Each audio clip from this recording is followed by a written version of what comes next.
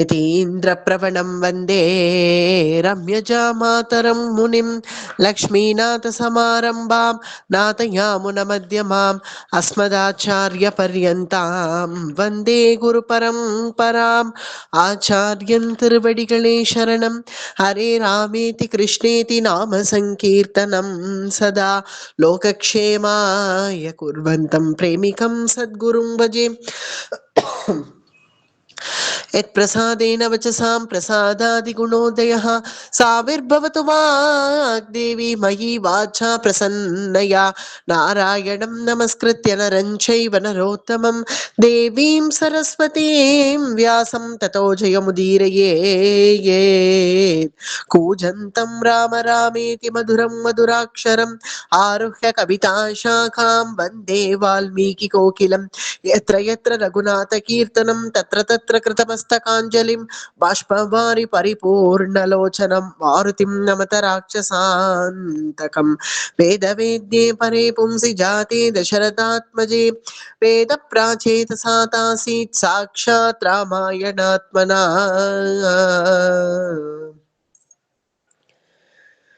ஸ்ரீமத் ராமாயணத்துல அரண்ய காண்டம் அனுபவிச்சுட்டு வரோம்.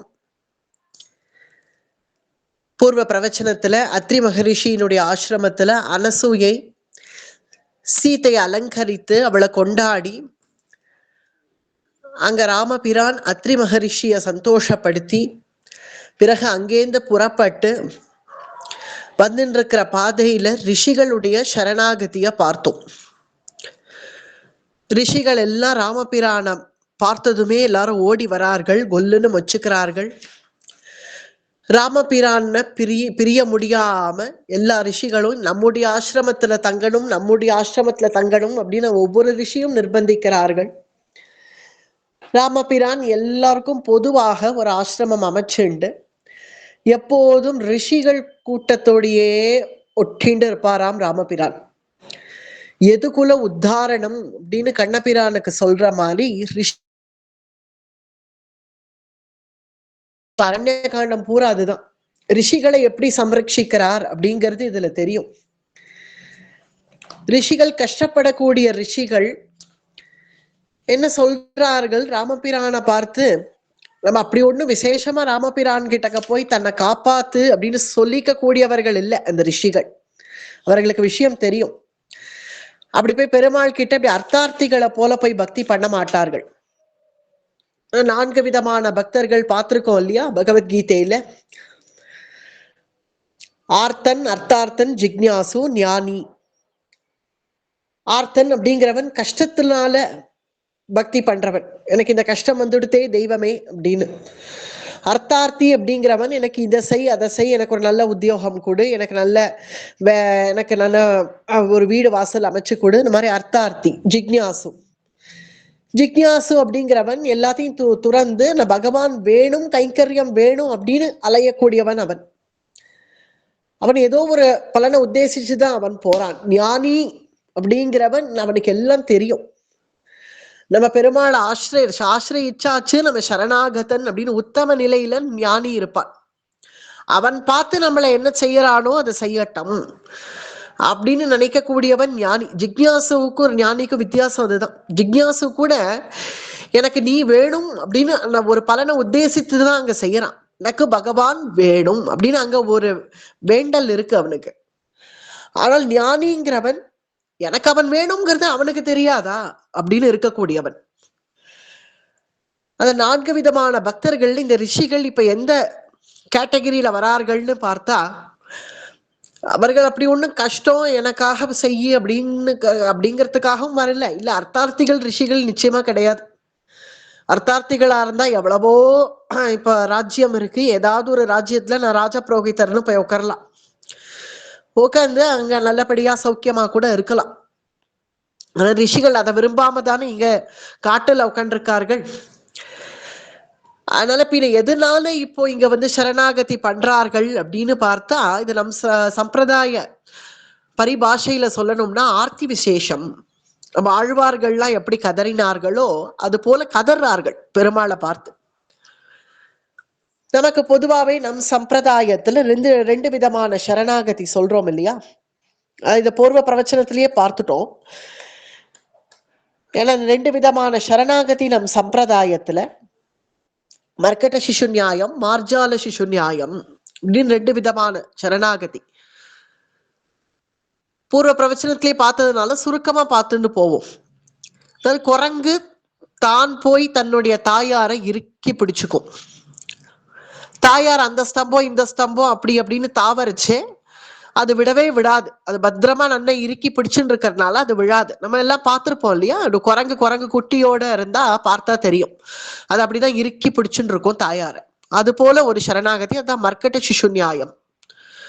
மார்ஜால சிசு நியாயம் அப்படிங்கிறது பூனை அதுக்கு அந்த மாதிரி அவ அம்மாவை பிடிச்சுக்கலாம் தெரியாது, போய் பிடிச்சுக்கலாம் தெரியாது.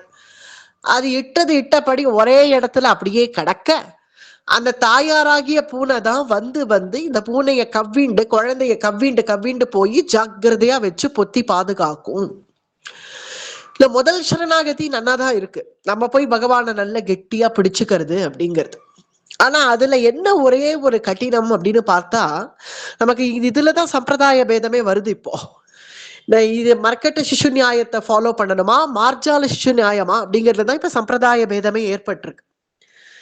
ஆனா முதல்ல இருக்கக்கூடிய அந்த குரங்கு குட்டி போல இருக்கக்கூடிய அந்த சரணாகதியில ஒரே ஒரு சிரமம், நமக்கு திட விசுவாசம் வேணும். நம்மளால கெட்டியா பிடிச்சுக்க முடியும் அப்படிங்கிற அந்த வைராக்கியம் வேணும், சக்தி வேணும், பிடிச்சுக்கிற சக்தியும் வேணும். இது 3 இருந்தாதான் நம்மளால நல்ல கெட்டியா பகவானை இறுக்கி பிடிச்சுக்க முடியும். ஆனா அடுத்த இந்த மார்ஜால சிசு நியாயத்துல என்ன ஒரு சுலபம்னா, நம்ம ஒரு முயற்சியும் பண்ண வேணாம். இட்டபடி நம்ம அப்படியே கிடக்க, அந்த தாயாராகிய பூனை தானே எப்படி கவ்விண்டு போகுமா போலே நம்ம அப்படியே கிடக்க, அது பகவானே நம்மளை கவ்விண்டு போய் ரட்சிக்கிற அழகு அது இன்னும் சுலபமாக இருக்கும். நம்ம ஒரு சாதனை பண்ண வேண்டாம், பிடிச்சுக்கிற சிரமம் கூட நம்ம பண்ண வேண்டாம். ஏன்னா குரங்கு குட்டி கூட பிடிச்சுக்கிற சக்தி போயிடுச்சுன்னா விட்டுடுத்துனா கீழே விழ வேண்டிதான். அப்புறமா அந்த ரீதியில வந்தோம்னா அப்புறம் உனக்கு திட விசுவாசம் இல்லை, நான் என்ன பண்ணுவேன், நீ விட்டுட்ட, என்ன உனக்கு சக்தி இல்லை, நீ விட்டுட்ட, நான் என்ன பண்ணுவேன் அப்படின்னு சொல்லிடுவேன். அதனால நான் இட்டபடி அப்படியே கிடக்க, நீயா என்னை கவ்விண்டு போ அப்படின்னு சொல்லக்கூடியது ஒரு சுலபமான முறையா இருக்கிறதுனால, நம் பொதுவாவே நம் மார்ஜால சிசு நியாயம் நம்ம சுலபமான வழியாவும் இருக்கிறதுனால அது சிரேஷ்டம் அப்படிங்கறத நம்ம எடுத்துக்கிறோம். இப்ப இந்த ரிஷிகள் இங்க என்ன சொல்றா, இங்க ராமாயணத்துல இங்க என்ன வந்திருக்கு, ரிஷிகள் எப்படி சரணாகதி பண்றா, தஸ்ய தண்டாபயம் ராஜன் ஜிதக்ரோதா ஜிதேந்திரியः ரக்ஷணீயாஸ்தயா சஸ்வத் கர்ப்பபூதாः தபோதனாः கர்ப்பபூதா தபோதனாः, கர்ப்பத்துல கடக்கக்கூடிய ஒரு சிசு போல அப்படின்னு சொல்லிட்டார்கள்.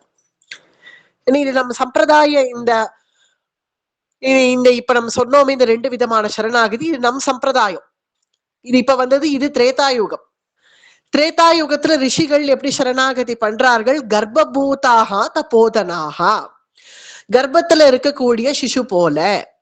அந்த கர்ப்பத்துல இருக்கக்கூடிய அந்த சிசுவுக்கு வெளியில இருக்கிற குழந்தையாவது கத்தும், எனக்கு பசிக்கிறதுன்னு கத்தும், இல்ல ஏதாவது செய்யும், கையை காலை இப்படி உதைக்கும், ஆட்டும். ஆனா அந்த உள்ள இருக்கக்கூடிய சிசுவுக்கு ஒண்ணுமே சொல்ல தெரியாது, எனக்கு பசிக்கிறதுன்னு சொல்ல தெரியாது, இல்ல ஒருவேளை உஷ்ணம் ஜாஸ்தியா இருந்தா எனக்கு உஷ்ணம் ஜாஸ்தியா இருக்குன்னு சொல்ல தெரியாது. ஒன்னும் அப்படி தெரிஞ்சா கூட ஒண்ணு சொல்லவும் சொல்லாது. ஏன்னா அந்த சிசுவுக்கு உணர்ச்சி எல்லாம் இருக்கும், இல்லாமல்லாம் இல்லை. கர்ப்பத்துல இருக்கக்கூடிய சிசுவுக்கு உள்ள உணர்ச்சிகள்லாம் இருக்கும். அப்படி இருக்கிற சமயத்துல கூட எனக்கு அம்மா எனக்கு இது செய்யறது அது செய்யறதுன்னு அதுக்கு போய் சொல்ல தெரியாது, அதுக்கு சொல்லணுங்கிறது கூட தெரியாம அது எப்படி கடக்குமோ, அது போல நாங்கள் அதுக்கு தெரியும், உணர்ச்சி வேணா இருக்கு, சுடுறதே அப்படிங்கிற உணர்ச்சி வேணா இருக்குமே தவிர அதுக்கு போய் நம்ம அம்மா கிட்ட சொல்லுவோம் அப்படிங்கிறது எப்படி தெரியாம இட்டபடி அப்படியே கடக்குமோ, கர்ப்பபூதாக தபோதனாக, அது போல நாங்கள் இட்டபடி கிடக்கோம். அப்ப அந்த தாயார் தான் என்ன செய்யறா, இது ஸ்திரீக்கு உண்டான நியமம். 9 மாதங்கள் அந்த குழந்தைய ஜாக்கிரதையா பொத்தி பாதுகாத்து அதை ஒரு ஆளாக்கி வெளியில கொண்டு வருது அப்படிங்கிறது இந்த ஸ்திரீனுடைய தர்மம். அது எப்படி ஸ்திரீனுடைய தர்மமோ அதே போல பகவானுடைய தர்மம். இட்டது இட்டபடி சரணாகதர்கள் அப்படியே கடக்க அவரா அது எப்படி அந்த தாயார் அந்த குழந்தைய ரட்சிச்சு கொண்டு வராளோ அது போல பகவான் நம்மளை ரட்சிச்சு கொண்டு வரணும் அப்படிங்கிற ரீதியில இந்த ரிஷிகள் நான் எங்களுக்கெல்லாம் எங்களுக்கே ரட்சிச்சுக்க தெரியாது, அக்கா உங்ககிட்டக்கா வந்து எங்களை ரட்சின்னு கேட்கவும் தெரியாது, கர்ப்பபூதாக தபோதனாக நாங்க கர்ப்பத்துல இருக்கிற சிசு போல அப்படியே கடப்போம் அப்படின்னு இப்ப மட்டும் பின்ன சொல்லிட்டார்களே, இது தோஷம் ஆயிடாதா அப்படிங்கிற ஒரு சந்தேகம் வரும். இப்ப வெளியில வந்து சொல்லிட்டாளே பெருமாட்டா, அது கூட சொல்லாமல் தான் கிடக்கணும், வந்து சொல்லிட்டா இல்லையா, நாங்க இப்படி இருக்கோம், எங்களுக்கு ரட்சிக்க தெரியாது, நீதான் எங்களுக்கு ரட்சகன் அப்படின்னு வந்து இப்ப சொல்லிக்கலாமா அப்படின்னா இதுக்குதான் ஆர்த்தி விசேஷம். ஆழ்வார்கள்லாம் அப்படித்தானே கதர்றா, இந்த ஸ்வரூப லட்சணம் அதனால கதர்றா ஆழ்வார்கள்லாம். பாசுரங்கள்ல எப்படி கதர்றார்கள், அவன் மேல இருக்கக்கூடிய அந்த பிரேமையில தானே, பக்தியில அர்த்தார்த்தியான பக்தி வேணா பண்ணக்கூடாதுன்னு சொல்லலாம், காமியார்த்த பக்தி வேணா பண்ணக்கூடாதுன்னு சொல்லலாம் சரணாகதர்களை, பிரேம பண்ணக்கூடாதுன்னு சொல்ல முடியுமோ, பிரேம வைக்க கூடாது பகவான்கிட்டன்னு சொல்ல முடியுமோ, அது எப்படி சொல்ல முடியும்? ஒரு புஷ்ப மாலையா இருந்தா அந்த புஷ்ப மாலை அது ஜடமா இருக்கு, அந்த ஜடத்துக்கு தான் பகவானுடைய திருமேனிக்கு போறோங்கிறதும் தெரியாது, மறுபடியும் அதை கழட்டி எரிஞ்சுட்டா நம்மளை கழட்டி எரிஞ்சுட்டாங்கிறதும் தெரியாது, ஏன்னா அது ஜடம், அதனால அது அப்படியே கிடக்கும். ஆனா இவர்களுக்கு ஜீவன் இருக்கு இல்லையா, அந்த மாதிரி ஜடம் போல இருக்க முடியாதே, அதனால அந்த ஆர்த்தி விசேஷத்தினால மகரிஷிகள் கதர்றார்கள், எங்களுக்கு நீதான் ரக்ஷகன் அப்படின்னு அவர்கள் கதர்றார்கள். அவர்களுடைய சரணாகதி எல்லாம் பார்த்து பகவான் அஞ்சலி பண்றான். அஞ்சலினா அதுதான் பகவானுடைய குணம். உடனே அவர்கள் சரணாகதன் நீ, சரண்யன் நீ அப்படின்னு சொன்னதுனால உடனே நான் தான் சரண்யன் அப்படின்னு கால் மேல கால் போட்டுன்னு உட்கர்றது சரண்யனுடைய குணம் இல்லை. உடனே இந்த மகரிஷிகளை பார்த்து அஞ்சலி பண்ணி உங்களுக்கு நான் என்ன சேவை செய்யணுமோ செய்ய காத்துட்டு இருக்கேன், நான் புறப்பட்டு வனவாசத்துக்கு வந்ததே உங்களுக்கு சேவை செய்யறதுக்காகத்தான் அப்படின்னு அவர்களுக்கு அஞ்சலி பண்ணி பேசுறாராம் பகவான். இது பகவானுடைய குணம், இது அதுவும் பிரத்யேகமா பார்த்தா ராமபிரானுடைய குணம் இது. கிருத்தஜ்ஞதைகளோட வினயமா பழகிறார் ரிஷிகளோட கூட. ஆங்காங்கே ரிஷிகளுடைய ஆசிரமம் பூரா சஞ்சாரம் பண்றார். நல்ல வனவாசத்துல வனம் பூரா அவருடைய திருவடி பதியறது.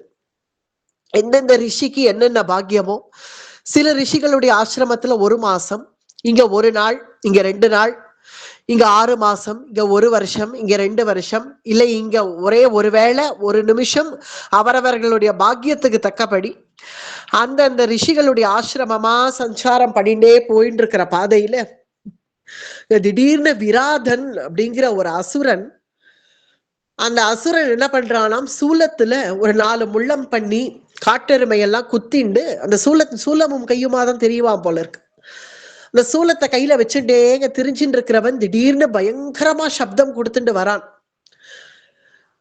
ஹாயின்னு ஒரு சத்தம் கேட்கறது, எங்க பார்த்தாலும் பயங்கரமா இருக்கு.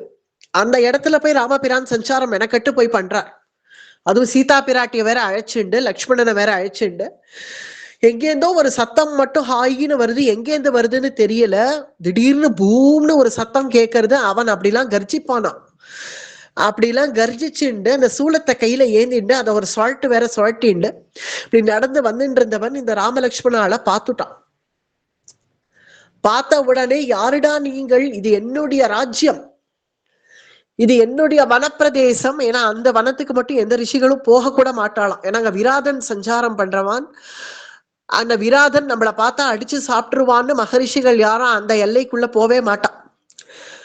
அந்த விராதன் கொஞ்சம் அப்பப்போ ஏதாவது அவனுக்கு வேணும்னு தோணித்துனா அவன் எல்லையை தாண்டி வருவான், வந்து இந்த மகரிஷிகளை இம்சை பண்ணிட்டு போவான். அப்படி இருக்கக்கூடிய அந்த விராதன் திடீர்னு என்னுடைய எல்லைக்குள்ள அதுவும் யாரும் ரிஷிகள் வந்திருக்கான்னு நினைச்சுட்டான். ஏன்னா ராமலட்சுமணர்களுடைய வேஷமும் அப்படி இருக்கு இல்லையா, ஜட்டாபாரம் தரிச்சுட்டு மர உரிய உடுத்திட்டு ரிஷிகள் போலவே தானே வந்திருக்கார். அதை பார்த்த உடனே என்ன நினைச்சுன்னா, யார் இந்த ரிஷிகள், என்னுடைய கோட்டைக்குள்ள எப்படி இவர்கள் வந்தார்கள் அப்படின்னு கோபத்தோட கூட வந்து பார்த்தா, கையில பார்த்தா தனுசை ஏந்தின்னு இருக்கார், கூட வேற சீதா பிராட்டி நிக்கிறா. இத பார்த்ததும், நீங்கள் என்ன ரிஷி வேஷத்துல இருக்கீர்கள், ஆனா கையில பார்த்தா ஏதோ வில்லெல்லாம் கொண்டு வந்திருக்க, கூட ஒரு பொம்மநாட்டிய வேற கூட அழைச்சிட்டு வந்திருக்க, எங்க திருடின இவளை, எங்க ஏதோ இவளை திருடின்னு வந்திருக்க, பின்ன ரிஷிகளா இருந்தா இப்படி வந்துட முடியுமா தைரியமா, அதுவும் என்னுடைய எல்லைக்குள்ள, அது கூட ஒரு பொம்மநாட்டிய வேற அழைச்சுண்ட, நீங்கள் ரிஷிகளே இல்ல, நீங்கள் வேற யாரோ நீங்கள் அப்படின்னு நினைச்ச இந்த விராதன் என்ன பண்ணிட்டான், திடீர்னு பட்டுன்னு சீதா பிராட்டிய தூக்கிட்டான். சீதா பிராட்டிய தூக்கிண்டு ஓட ஆரம்பிச்சுட்டான். அதை பார்த்த உடனே ராமபிரானுக்கு ரொம்ப துக்கமாக போயிடுத்து. லக்ஷ்மணனை பார்த்து கதற ஆரம்பிச்சுட்டார்.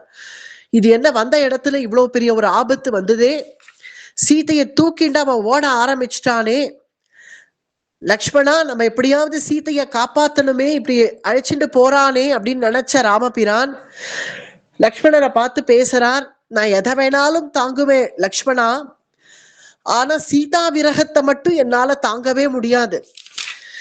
இவன் தூக்கின்னு ஓடுறவன நம்ம இவன் கிட்டே இந்த சீதையை எப்படியாவது நம்ம ரட்சிச்சாகணும், இல்லையாகில் எனக்கு என் உயிரை விட மேலானவள் சீதை, நம்முடைய தகப்பனார் போனதை கூட என்னால தாங்கிக்க முடியும், ஆனா ராஜ்யத்தை நம்ம தியாகம் பண்ணிட்டோமே அதை கூட என்னால தாங்கிக்க முடியும், ஆனால் சீதா விரகத்தை என்னால தாங்க முடியாது. பரஸ்பர்ஷாத்து வைதேஹ்யா ந துக்கதரமஸ்தி மே பிதுர்விநாசாத் சௌமித்ரே ஸ்வராஜ்ய ஹரணாத் ததா பிதுர்விநாசாத் சௌமித்ரே. சௌமித்ரே, நம்ம பிதா போனதை கூட நான் தாங்கிட்டேன், எப்படியோ தாங்கிட்டு வந்துட்டேன் இல்லையா, ராஜ்யம் போனதை கூட நான் பெருசா எடுத்துக்கல. ஸ்வராஜ்யா ஹரணாத், ஆனா இந்த வைதேகியினுடைய விரகம் மட்டும் என்னால தாங்க முடியாது, எப்படியாவது இவளை ரட்சிச்சாகணும் அப்படின்னு ராமபிரான் கதறத பார்த்த உடனே லக்ஷ்மணர் ராமபிரான சமாதானம் பண்றார். அண்ணா கதறாத, அவனும் தூக்கிட்டு ஓடிட்டு இருக்கான், நீ இந்த நேரத்துல நம்ம கதறக்கூடாது, நம்ம விவேகமா நடந்துக்கணும் அப்படின்னு ராமபிரான சமாதானம் பண்ண உடனே ராமபிரானுக்கு உடனே ஒரு கோபம் வந்தது. கையில தனுசை எடுத்தார். அடே, எங்க அழைச்சிட்டு போற சீதைய அப்படின்னு உடனே தன்னுடைய வில்ல வளைச்சார். புங்கமான பானங்கள் கிளம்பித்து அந்த அவனுடைய தனுசிலேந்து விராதனுடைய கை துண்டிக்கப்பட்டது. அவனுடைய கைகள் துண்டிக்கப்பட்ட உடனேவே அவனுக்கு ரொம்ப ஆச்சரியமா போச்சு. ஏன்னா அவ்வளவு சுலபமா அப்படி துண்டிச்சிட முடியாதான் அவனை, அப்பேற்பட்ட பலசாலி அவன். ராமபிரானோட யுத்தம் பண்ண முடியல, சீதை கைகள் துண்டிக்கப்பட்ட உடனேவே சீதை கீழே விட்டுட்டான். சீதை ஓடி வந்து ராமனுடைய புஜத்தை கட்டின்ட்டான். பிறகு அப்படி போ சீத்தைன்னு சீதையை அந்த பக்கம் தள்ளிட்டு ராமபிரான் விராதனோட யுத்தம் பண்ண ஆரம்பிக்கிறார். யுத்தம் பண்றச்சு அவனுக்கு ரொம்ப ஆச்சரியமா இருக்கு, இப்படி நம்மளால எப்படி இவரால இப்படி யுத்தம் பண்ண முடியறதுன்னு. அடுத்து என்ன செய்தான், ராமலக்ஷ்மணர்களை தூக்கிட்டான். கை துண்டிக்கப்பட்ட போதிலும் இதுதான் வாசனைங்கிறது, அந்த வாசனா பலம்ங்கிறது சொச்சம் என்ன இருக்கோ அந்த கை வேலை செய்யும். ஏன்னா கைனா இப்படிதான் தூக்கணும் அப்படிங்கிறது வாசனையா இருக்கிறதுனால ஏதோ கொஞ்சமா இந்த கை துண்டிக்கப்பட்டது. இப்ப இருக்கக்கூடிய கைனால ராமலக்ஷ்மணால தூக்கிட்டான். ராமலக்ஷ்மணால தூக்கிட்டு நடக்க ஆரம்பிச்சுட்டான், ஓட ஆரம்பிச்சுட்டான். ராமர் என்ன நினைக்கிறா, சரி கூட்டுன்னு போட்டோம் போ லக்ஷ்மணா, விட்டுடு, அவனை ஒண்ணும் பண்ணாத, போக வேண்டிய பாதை தானே, எப்படி இந்த வழியாதான் போகணுமா ராமர், போக வேண்டிய பாதை தான், அதுவும் வனவாசத்துக்கு புறப்பட்டு வந்திருக்கோம், இங்க என்ன நமக்கு ஏதாவது தேர் கிடைக்கிறதா, ரதம் கிடைக்கிறதா, ஏதோ ஆட்டோ டாக்ஸின்னு கிடைக்கிறதுக்கு, இவன் தான் ஏதோ ஃப்ரீயா கூட்டின்னு போயிட்டு இருக்கான், கூட்டின்னு போட்டோம், அவன் எவ்வளவு தூரம் போறானோ போகட்டும் அப்படின்னு நினைச்சுட்டு ராமபிரான் அப்படியே பேசாம இருக்கார், ஒன்னும் பண்ணாம பேசாம இருக்க. ஆனா சீதையால முடியல.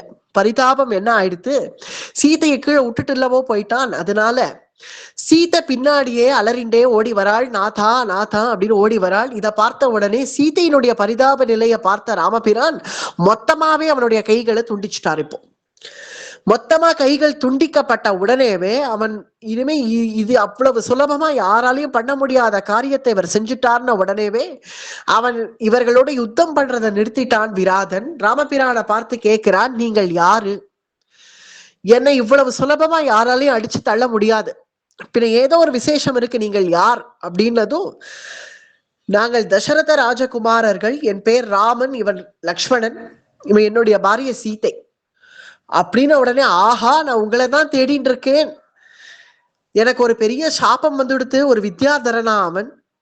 சாபத்தினால அசுர வடிவம் வந்திருக்கு அவனுக்கு. சாபத்தினால அசுரனாக ஆயிருக்கான்.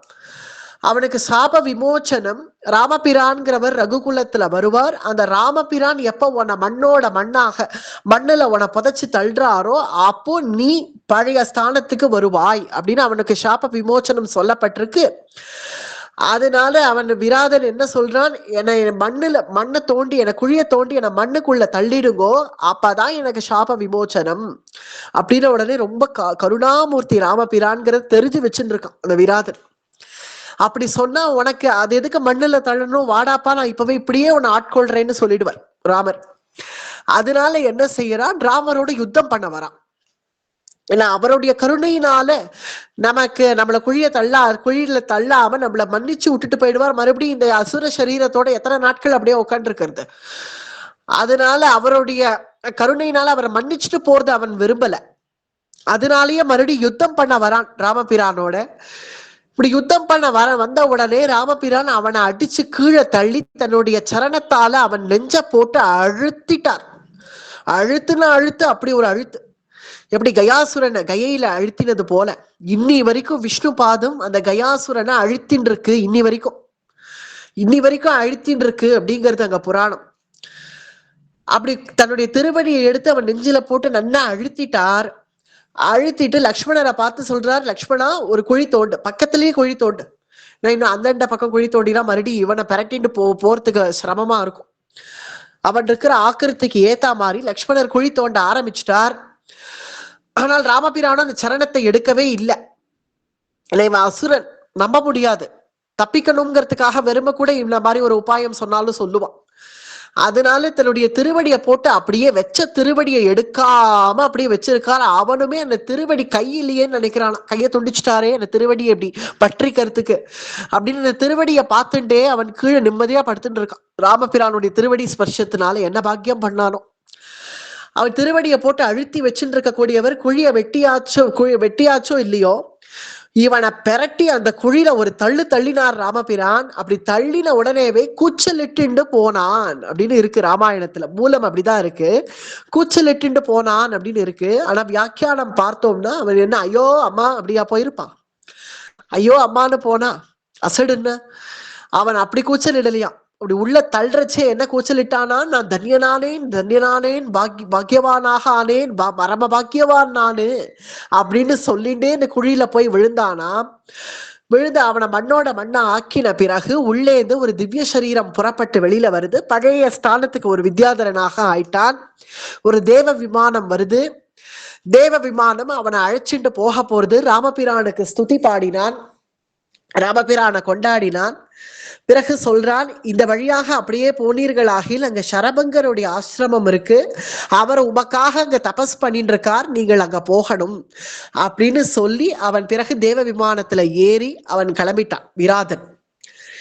விராதனுக்கு விமுக்தி கொடுத்துட்டு பிறகு ராமபிரான் சீதையை சமாதானம் பண்ணி, இது வனம்னா இப்படிதான் இருக்கும், ஒண்ணு கவலைப்படாத அப்படின்னு சொல்லி சீதையை அழைச்சிண்டு மேற்கொண்டு அந்த சரபங்கருடைய ஆசிரமம் இங்க இருக்குன்னு சொன்னானே, அந்த விராதன் சொன்ன பாதையாக சரபங்கருக்கு அனுகிரகம் பண்ணணும் அப்படிங்கிறதுக்காக ராமபிரான் அங்க புறப்பட்டு வந்துட்டே இருக்கிறச்சே பார்த்தா அங்க ஒரு தேவ விமானம் தெரியறது. தேவேந்திரனே வந்திருக்கான். தேவேந்திரனுடைய விமானமே தெரியறது சரபங்கருடைய ஆசிரமத்துக்கு மேல. அதை பார்த்துட்டே ராமபிரான் வரார். இங்க சரபங்கருடைய ஆயுஷ் இப்ப இங்க பூர்த்தி ஆக போறது. அதனால அவர் பண்ண யஜ்ஞ யாகாதி கிரியைகள்னால அவர் அடைஞ்ச புண்ணியத்தினால அவர் இப்ப ஸ்வர்கலோகம் அடையணும் அப்படிங்கிறது அவருக்கு இப்ப விதி. அதனால தேவ விமானம் வந்துடுத்து. சரபங்கர் அழைச்சிட்டு போறதுக்காக தேவேந்திரனே வந்திருக்கான். ஏன்னா அவர் பண்ண புண்ணியத்தினுடைய வேல்யூ அத்தகையது. சரபங்கர் தன்னுடைய தப்போபலத்தினால தேவேந்திரனை நிறுத்திட்டாராம். அப்படி நிறுத்த முடியுமான நிறுத்த முடியும். அப்பேற்பட்ட தபஸ் அவர்கிட்ட இருக்கிறதுனால தேவேந்திரனை சத்த இரு, ராமபிரான் அங்க வந்துட்டு இருக்கார். வந்துட்டு இருக்கக்கூடிய அதுவும் என்ன தேடியே வரார். என்ன தேடி வரக்கூடிய ராமபிரான பூஜிக்காம நான் புறப்பட முடியுமா? அப்படி அவரை பூஜிக்காம நான் புறப்பட்டேன், அதை விட ஒரு துர்பாகியம் எனக்கு இருக்க முடியுமா? சரியா ராமபிரான் வர சரபங்கர் அங்க காலமாயிட்டார் அப்படின்னா எவ்வளவு அசட்டுத்தனமா இருக்கும் நாளைக்கு சரித்திரம். ராமபிரான் இங்க வரட்டும், அவரை பூஜிச்சுட்டு தான் நான் வருவேன், அது வரைக்கும் நீ சித்த காத்துன்று அப்படின்னு தேவேந்திரன் தன்னுடைய தபோபலத்தினால நிறுத்திட்டாராம் சரபங்கர். அதை பார்த்துட்டே ராமபிரான் சரபங்கருடைய ஆசிரமத்துக்குள்ள பிரவேசம் பண்ண சரபங்கர் ராமபிரான வரவேற்றார். ராமபிரான வரவேற்று அவரை பூஜிச்சார், கொண்டாடினார். தேவேந்திரன் அறிமுகப்படுத்தி வைக்கிறார். தேவேந்திரன் எனக்காக தான் அங்க காத்துட்டு இருக்கான், எனக்கு விமோச்சன காலம் வந்துடுத்து, இதனால நீர் வர நான் கிளம்புறது அப்படின்னு இருக்கக்கூடாது, அப்படிங்கிறதுனால நான் உமக்காக காத்துட்டு இருந்தேன், என்னை புரிஞ்சுண்டு எனக்காக இவ்வளவு தூரம் வந்தேளே, இப்படி எனக்காக வந்து அனுகிரகம் பண்ணேனே, நான் ரொம்ப தன்யவானாக ஆனேன் அப்படின்னு ராமபிரான கொண்டாடினார் சரபங்கர். சொர்க்கத்துக்கே போனாலும் இப்ப நமக்கு காலம் முடிஞ்சிடுத்து அப்படிங்கிறது சத்தியம் தானே, போற இடம் ஸ்வர்க்கம் தான் தெரிஞ்ச போதிலும் அதை விரும்பாம சரபங்கர் ராமபிரானுடைய ஆதித்யத்தையே எதிர்பார்த்துட்டு காத்துட்டு இருந்தார். பிறகு சரபங்கர் ராமபிரானை உட்கார வச்சு அவரை பூஜிச்சு என்ன பண்றாராம், நான் இது வரைக்கும் என் தபசுனாலையும் யஜ்ஞத்தினாலையும் ஜபத்தினாலையும் என்னெல்லாம் புண்ணியம் சம்பாதிச்சேனோ அத்தனை புண்ணியத்தையும் நான் இப்ப ராமார்ப்பணம் பண்ணிட்டேன் அப்படின்னு மொத்தத்தையும் அப்படியே ராமார்ப்பணம் பண்ணிட்டார். எல்லா புண்ணியங்களையும் ராமனுடைய திருவடியில போய் அர்ப்பணம் பண்ணிட்டார். இப்படி அர்ப்பணம் பண்ண உடனே இனி என்ன, இனி சரபங்கர் இப்ப ஸ்வர்க்கத்தை அடையணும் புண்ணியத்தினால. அவருக்கு ஏற்பட்ட புண்ணியத்தினால ஸ்வர்க்கம் அடைஞ்சு பிறகு ஸ்வர்க்கத்தையும் தாண்டி சத்தியலோகத்தை அடைய வேண்டியவர் அவர் இப்போ. ஏன்னா அப்பேற்பட்ட யஜ்ஞ யாகாதி கிரியைகள் பண்ணதுனால, அப்பேற்பட்ட தபஸ் பண்ணதுனால பிரம்மலோகம் போகணும் இப்ப அவர். அதையும் விட்டுட்டார், பிரம்மலோகத்துக்கு போக வேண்டிய சாதனைகளையும் விட்டுட்டார், ஸ்வர்கலோகத்துக்கு போக வேண்டிய சாதனை ஆகிய புண்ணியங்களையும் விட்டுட்டார். பின்ன இப்ப என்ன பண்ண போறார் சரபங்கர், இப்ப அவர்கிட்ட ஒன்னும் இல்லை. பிரம்மண்யாஸ்ச நாகபிருஷ்யாஸ்ச பிரதிக்ருஹ்ணீஷ்வ மாமகான் ரிஷீணாம் சரபங்கேன ராகவோ வாக்கியமப்ரவீத். இனி தேவேந்திரன் நீங்க சரபங்கருக்காக இனி காத்திருக்க மாட்டான், ஏன்னா புண்ணியம்லாம் அர்ப்பணிச்சுட்டாரே, புண்ணியம்லாம் இனிமே எனக்கு இல்ல ராமபிரானுடைய திருவடிக்குன்னு அர்ப்பணிச்சுட்டான். இனி தேவேந்திரனுடைய வேலை அங்க முடிச்சு போச்சு. அப்பாட நல்ல வேலை, ஒரு டிக்கெட் குறைஞ்சது ஸ்வர்க்கத்துக்குன்னு கிளம்பிட்டான் அவனும். இதோ இவரை அழைச்சிட்டு போகணும் சொர்க்கலோகத்துக்குன்னு நினைச்சோம், இவரோ எல்லா புண்ணியத்தையும் உங்களுக்கு அர்ப்பணம் பண்றேன்னு புண்ணியத்தெல்லாம் வேற ஒருத்தருக்கு கொடுத்துட்டார். அதனால இனி நமக்கு இங்க வேலை இல்லைன்னு சந்தோஷமா தேவேந்திரன் கிளம்பி போயாச்சு. இனி சரபங்கர் இப்ப எந்த லோகத்தை தான் அடைய போறார்? நிச்சயமா அவர்கிட்ட பாபம் இல்லை, ஏன்னா பாபம் இந்த ரிஷி பண்ணல, அதனால நரகத்துக்கு ஒன்றும் அவர் போக போறது இல்லை. ஸ்வர்க்கத்துக்கு போக வேண்டிய எல்லாத்தையும் விட்டாச்சு, புண்ணியத்தை விட்டாச்சு, பிரம்மலோகத்துக்கு போக வேண்டிய தபஸை விட்டாச்சு, எல்லாம் விட்ட பிறகு இனி மோட்சத்துக்கு அதிகாரின்னு ஆயிட்டான். அப்படித்தானே இது பகவத்கீதையில பார்த்தோம் இல்லையா, பாப்ப மூட்டை புண்ணிய மூட்டைன்னு ரெண்டு மூட்டையை சுமந்துன்னு வரும் எல்லாரும். பாப்ப மூட்டைங்கிறது வேஸ்ட் லக்கேஜ், அதை இறக்கிடணும் எப்போதுமே. புண்ணியம் மட்டும் நமக்கு உபயோகமான சாமான்னு கையில வச்சுப்போம், எப்போதுமே வேஸ்ட் லக்கேஜ் எல்லாம் இறக்கிடுவோம். இதெல்லாம் வேஸ்ட், இதெல்லாம் தேவையில்லை அப்படின்னு ஒரு சில லக்கேஜ் அப்படியே நம்மளே கழிச்சு கட்டிடுவோம். ஊருக்கு எங்கேயோ ஊருக்கு போயிட்டோம், ஊருக்கு போயிட்டு நம்ம திரும்பியும் நம்மளுடைய சொந்த ஊருக்கு போகணும் அப்படிங்கிற சமயத்துல நம்மளுடைய லக்கேஜ் சாமான் எல்லாம் எடுத்துப்போம். எடுத்துக்கரிச்சு அப்படியே வேஸ்ட் லக்கேஜ் அங்கேயே விட்டுடுவோம். அது போல பாப்ப மூட்டையை விட்டுற வேண்டியதுதான்.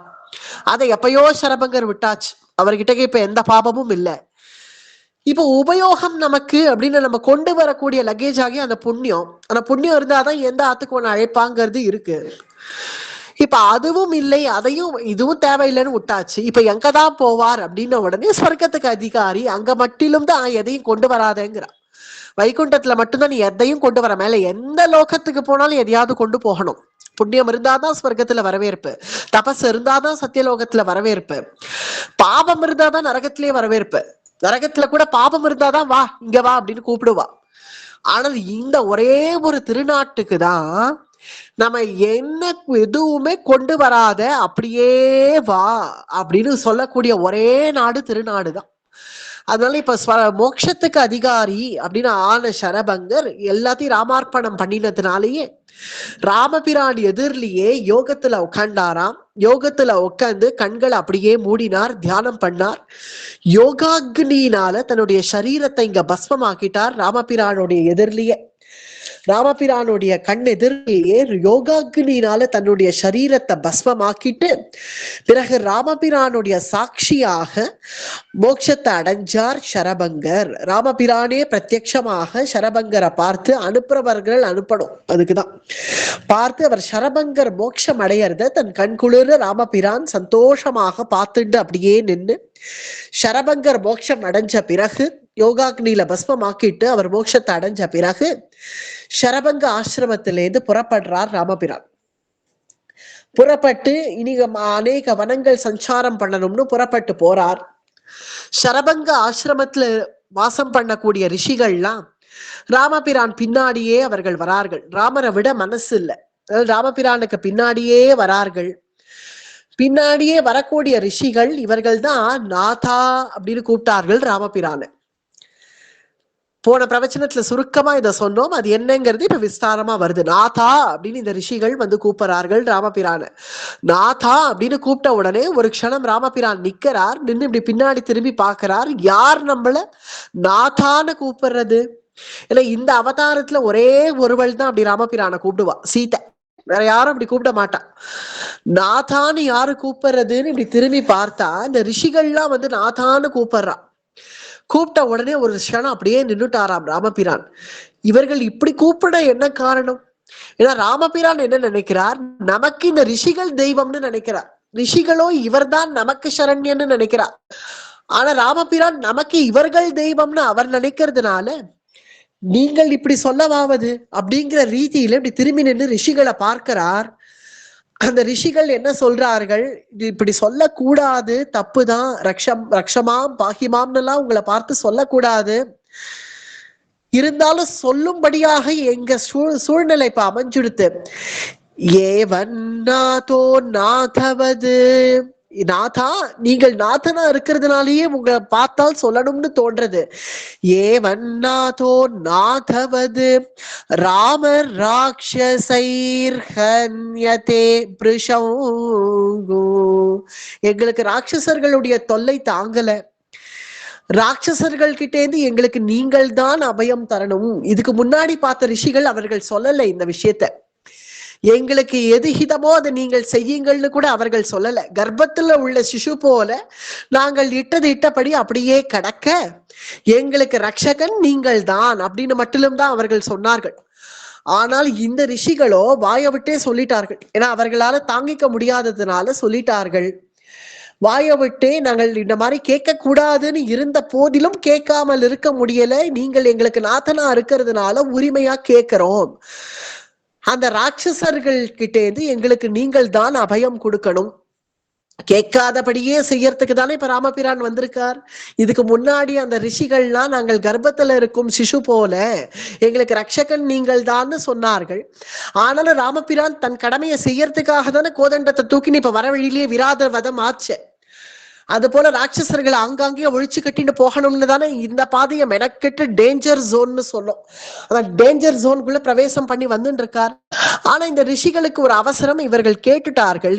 முன்னாடி இருந்த ரிஷிகள் போல இவர்கள் இன்னும் அந்த பக்குவ நிலை அடையல போல இருக்கு. அதனால ராமபிரானை பார்த்த உடனே அவர்களும் சரணாகதி தான் பண்றார்கள். இதுதான் ஆர்த்த சரணாகதி, இந்த கஷ்டத்தினால சரணாகதி. எங்களுடைய கஷ்டத்தினால உங்களை வந்து ரக்ஷமாம் அப்படின்னு கேட்க வேண்டிய ஒரு துர்பாகிய நிலை எங்களுக்கு ஏற்பட்டுடுத்து அப்படின்னு அந்த ரிஷிகள் வந்து அங்க ஒரு பெரிய ஒரு பனிமூட்டம் போல ஒரு மலை, பனிமலை, அந்த மலையை காண்பிக்கிறார்கள். இதை பார்த்தீர்களா இந்த மலைய அப்படின்னு அந்த மலையை காட்டுறார்கள்.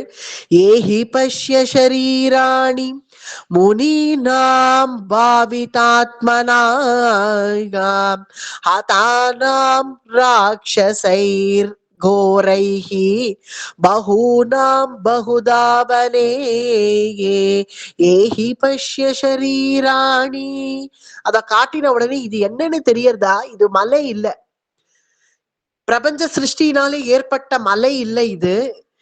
பின்ன மலை போல இருக்கே அப்படின்னு பார்த்தா ராட்சசர்கள்லாம் வந்து ரிஷிகளை பக்ஷிச்சு நரமாம்சம் சாப்பிடக்கூடிய ராட்சசர்கள் ரிஷிகள் எல்லாம் சாப்பிட்டு அவர்கள் துப்பின அந்த எலும்பு கூடுகள், அந்த ரிஷிகளுடைய எலும்பு கூடுகள் ஒரு பெரிய மலை போல அங்க குவிஞ்சு கிடக்கான். ஏஹி பஷ்ய ஷரீராணி, இந்த ரிஷிகளுடைய சரீரத்தை பூரா கடிச்சு கொதறி சின்ன பின்னமாகி அவர்களை பட்சிச்சு அவர்கள் துப்பின எலும்பு தான் இதெல்லாம், எலும்பு கூடுகள் தான் இதெல்லாம்.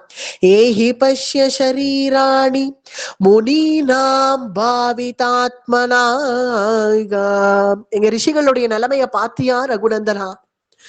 இப்படி எங்களை ராட்சசர்கள் ஹிம்சை பண்றார்கள், ஒரு இடத்துல இருக்க முடியல.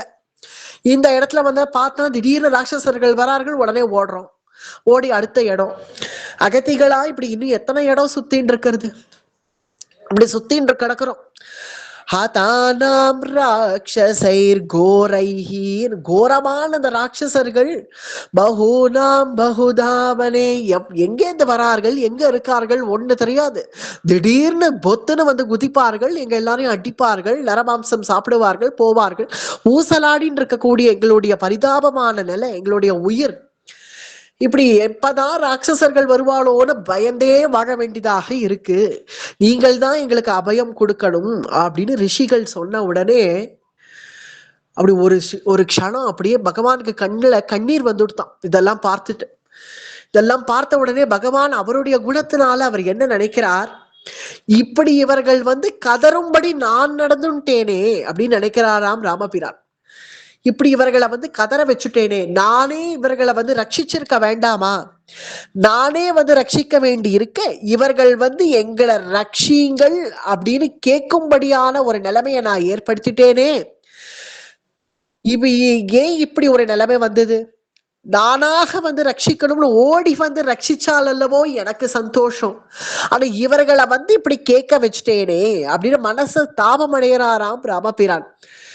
தஸ்மாம் சரணார்த்தம் ச சரண்யம் சமுபஸ்திதாஹ பரிபாலயனோ ராமா மத்யமானான் நிஷாச்சரைஹி.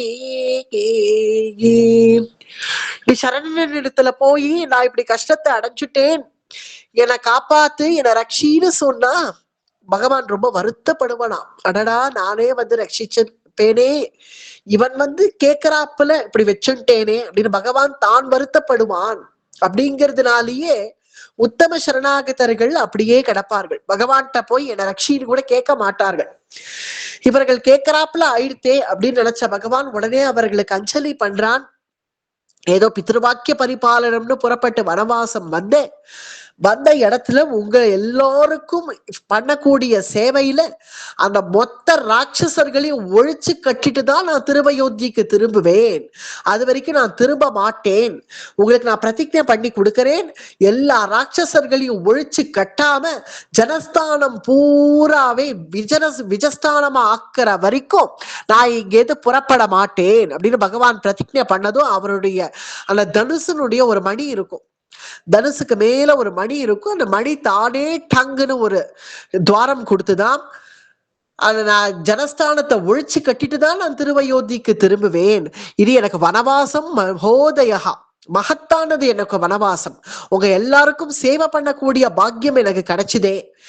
நான் வந்து உங்களை சேவிக்க வேண்டி இருக்க, நீங்கள் வந்து என்ன சேவிக்கிறாப்புல நிலைமை ஏற்பட்டுடுத்து, இனி நான் பொறுத்திருக்க மாட்டேன், இனி நான் சும்மா இருக்க மாட்டேன். மகரிஷிகளே கவலைப்படாதீர்கள், உங்களுக்கு வேண்டிய ஹிதத்தை நான் செஞ்சுட்டு தான் நான் திரும்புவேன் அப்படின்னு பிரதிஜை பண்ணி கொடுத்துட்டு ராமபிரான் மேற்கொண்டு அங்கேருந்து புறப்படுறார். அங்கேருந்து புறப்படுறச்சே இந்த ரிஷிகள்லாம் ராமரை விட முடியாம பின்னாடியே வரார்கள். திரும்பி பார்க்கிறார் ராமபிரான், நீங்கள்லாம் இங்கே இருங்கள், என் பின்னாடி வர வேண்டாம், நான் பாத்துக்கிறேன் அப்படின்னு சொல்லி அந்த ரிஷிகளுக்கெல்லாம் பெரியா விடை கொடுத்துட்டு பெருமாள் புறப்படுறார். இங்க புறப்படு ஒரு கொஞ்சம் தூரம் போய் பார்த்தா அங்க ஏகாந்தமா பெருமாளும் பிராட்டியும் மட்டுமே நடக்கிறார்கள். எப்ப பார்த்தாலும் ரிஷி கூட்டம் வந்து கொல்லுன்னு வச்சுக்கிறது. ஒரு க்ஷணம் பெருமாளை யாரும் தனியா விடுறது இல்லை. ஒரு 2 நிமிஷமாவது அவகாசம் கிடைச்சாதானே சீதா பிராட்டி ஏதாவது வந்து பேசுவள் பெருமாள் கிட்டக்க.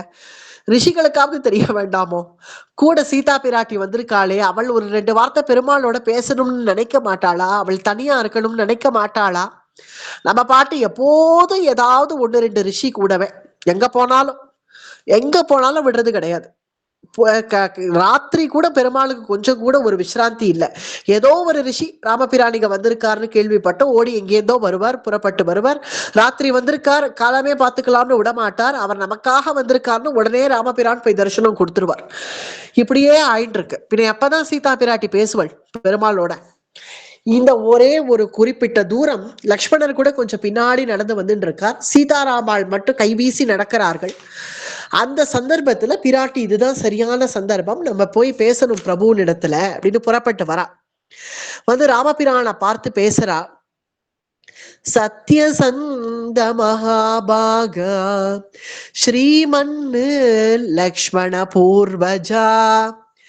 எவ்வளவு அழகா கூப்பிடுறாள் பெருமாளை பிராட்டி. சத்யசந்த மகாபாகா, சத்யசந்தன் நீங்கள், மகாபாகன் ஸ்ரீமன்னு அப்படிங்கிறா. ஸ்ரீமன்னு எல்லா ஸ்ரீயும் விட்டுட்டு வந்திருக்காரு. என்ன ஸ்ரீமன்னு? ராஜ்யம் வேண்டாம், கஜானா வேண்டாம், ஒண்ணு வேண்டாம், ஐஸ்வர்யம் வேண்டாம், அயோத்தி சாம்ராஜ்யமே வேண்டாம்னு எல்லாத்தையும் விட்டுட்டு வந்திருக்க கூடிய ராமபிரான ஸ்ரீமன்னு ஸ்ரீமன்னுன்னு கூப்பிடுறா. ஏன்னா பிரியாத ஸ்ரீ கூடவே இருக்கிறதுனால ஸ்ரீமன்னு. லோகாதிபதிக்கு இந்த அயோத்தி சாம்ராஜ்யம் தான் ஒரு ஸ்ரீன்னு இல்லையே. சர்வலோகேஸ்வரனா இருக்கக்கூடிய பிரபுவுக்கு அயோத்தி பட்டணம் மட்டுமே ஸ்ரீயோ?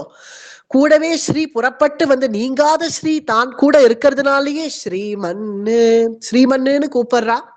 லக்ஷ்மண பூர்வஜா, லக்ஷ்மணனுடைய அண்ணா அப்படிங்கிறதுனால லக்ஷ்மண பூர்வஜா. இப்படிலாம் கூப்பிட்ட உடனே ஏதோ பேசுறாளே பிராட்டி, யாருக்கோ சிபாரிசு பண்ண போறான்னு அர்த்தம். இந்த மாதிரி பிராட்டி பேசினாலே ஏதோ பேசுறான்னு உடனே ராமபிரான் மெதுவா அப்படி சீத்தையை திரும்பி பார்க்கிறார். நல்ல ஜோரா இருக்கு வனவாசம். மயில்கள்லாம் தோகை விரிச்சு ஆடுறது, இவர்கள் போற இடமெல்லாம். மிருகங்கள்லாம் துஷ்ட மிருகங்களா இருந்த போதிலும் பகவானும் பிராட்டியும் நடந்து போற பாதையெல்லாம் அது அப்படியே ராமா அப்படின்னு ராமபிரானை பார்த்துட்டு நிக்கிறதாம் பிராட்டியினுடைய மங்களாசாசனத்துல. எப்படி அயோத்தியா காண்டத்துல புறப்படுறச்சே துஷ்ட மிருகங்கள்லாம் கூட நம்மளுடைய அபூர்வ தரிசனத்தை பார்த்து பிரேமையோட நம்ம இடத்துல நிற்கும் அப்படின்னு பிராட்டி மங்களாசாசனம் பண்ணாலே, அதனால துஷ்ட மிருகங்கள்லாம் கூட ராமபிரானும் சீதா பிராட்டியும் ஏகாந்தமா அங்க நடந்து வர அழகை பார்த்து அப்படியே நின்று அவர்களுடைய அழகையே பார்த்துட்டு நிக்கிறதுகள். இதெல்லாம் காண்பிச்சுண்டே சீத்தைக்கு காண்பிச்சுண்டே ராமபிரான் என்ன ஏதோ சொல்ல வராள் சீத்தை நம்ம கிட்டக்கன்னு புரியறது. பாரு இந்த வனத்தை பாரு, உன்னை நான் மறந்துட்டேன்னு நினைக்காத, உன்னை நான் மறக்கல, என்ன சித்திரக்கூடத்துல அப்படி கொஞ்சி குலாவினாரேன்னா அதுக்காக உன்னை நான் மறக்கல சீதே, ரிஷிகள்லாம் எப்போதும் கூட இருக்கார்கள் அப்படிங்கிறதுனால ஒரு 2 க்ஷணம் அவகாசம் இல்லை ராமபிரானுக்கு சீத்தையோட பேசுறதுக்கு.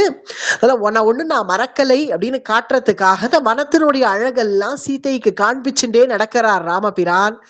இந்த சந்தர்ப்பத்துல இந்த ஸ்லோகத்துக்கு எப்படிதான் வியாக்கியானம் சொல்றதுன்னு தெரியல. என்ன சொல்றாள் சீதை? தச்ச சர்வம் மகாபாஹோ சக்கியம் வோதும் ஜிதேந்திரியைஹி. ஜிதேந்திரியைஹி, ஒவ்வொரு பத்தினியும் தன்னுடைய பர்த்தாவுக்கு இப்படி ஒரு சர்டிபிகேட் கொடுக்கணும். ஜிதேந்திரியைஹி, ஜிதேந்திரியனாக இருக்கக்கூடியவர் அப்படின்னு சீதா பிராட்டி ராமபிரானை பார்த்து சொல்றார். ஜிதேந்திரியைஹி.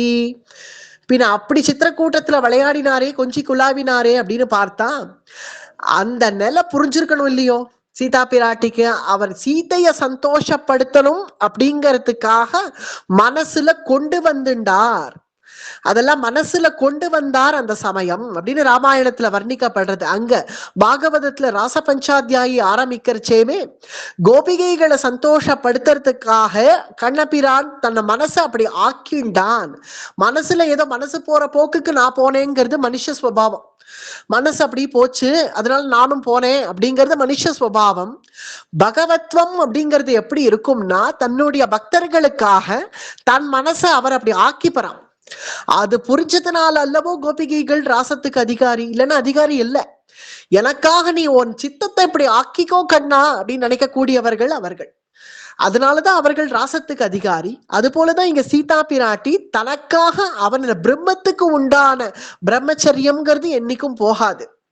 அத மனசுல தெரிஞ்சின்ற சீதா பிராட்டி இங்க என்ன சொல்றார்? சக்கியம் ஓடும் ஜிதேந்திரியா. ஜிதேந்திரியனாச்சே நீங்கள், தவவஷ்யேந்திரியத்வம் ச ஜானாமி சுபதர்ஷனா. ஸ்வபாவமான பிரம்மச்சரிய விரதமுடைய நீங்கள், அதனால நான் அப்படிலாம் நான் நினைச்சுக்க மாட்டேன் அப்படிங்கிறதுக்கு சொல்றான். சீதைய மறந்துட்டான்னு அவள் ஏதோ நினைச்சுன்ற போறாளோ அப்படின்னு பகவான் இப்ப மறுபடியும் பழையபடி விளையாட ஆரம்பிக்க, அந்த சமயத்துல சீதா பிராட்டி